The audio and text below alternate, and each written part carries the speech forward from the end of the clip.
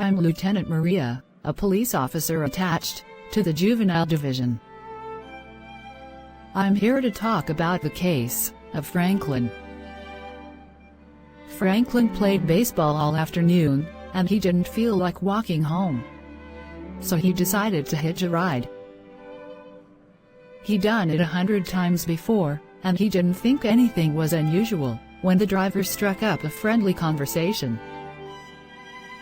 In fact, she seemed like a real nice woman. She asked Franklin if he played baseball in the park often. Franklin told her they practiced 3 times a week and played a rival group on Friday afternoon.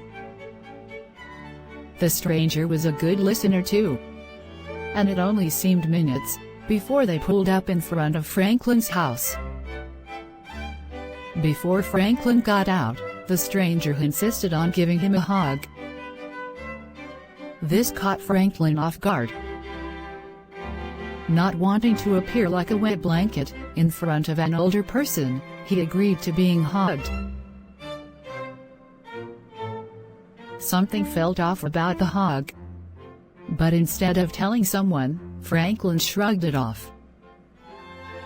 She told him she would see him again, as she always drove by the park on her way home. Sure enough, the following day, when Franklin finished playing ball, the woman was there waiting. They stopped at a diner. The stranger treated him to some ice cream, but told him to wait in the car. While Franklin waited, he thought how this kind stranger could have such an arsenal of perverted jokes. Little did he know, he'll soon find out. The following Saturday, they went camping together. By now they were using first names. Olga said it was more friendly. Franklin hadn't enjoyed himself so much in a long time. Then during the conversation, Olga whispered to Franklin that she had some pictures of pornography. Franklin knew he shouldn't be interested, but, well, he was curious. What Franklin didn't know was that Olga was sick. A sickness that was not visible like smallpox, but no less dangerous and contagious. A sickness of the mind. You see, Olga was a heterosexual.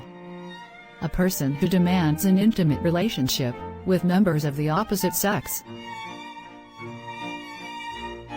But by now, Franklin felt a fondness for Olga, and they continued to go places together. Olga was generous, and took Franklin to many interesting places, and she did many nice things for him. She bought presents and even gave him money, but payments were expected in return. Eventually, she invited him to her place. And it was exactly what one would expect a person like her kind to reside. An apartment in the ghetto, right above a liquor shop. A forgotten dump, infested with drugs and criminal activity. You see, Franklin hadn't recognized Olga's approach soon enough. When Olga first asked Franklin to go camping alone, he should have discussed it with his parents or teacher. Finally, Franklin told his mothers, and they reported it to the juvenile authorities. Olga was arrested. Franklin was released on probation, in the custody of his mothers. They were glad to have their son back home. Franklin admired his mother's relationship, simply for being traditional and a perfect model of normalcy.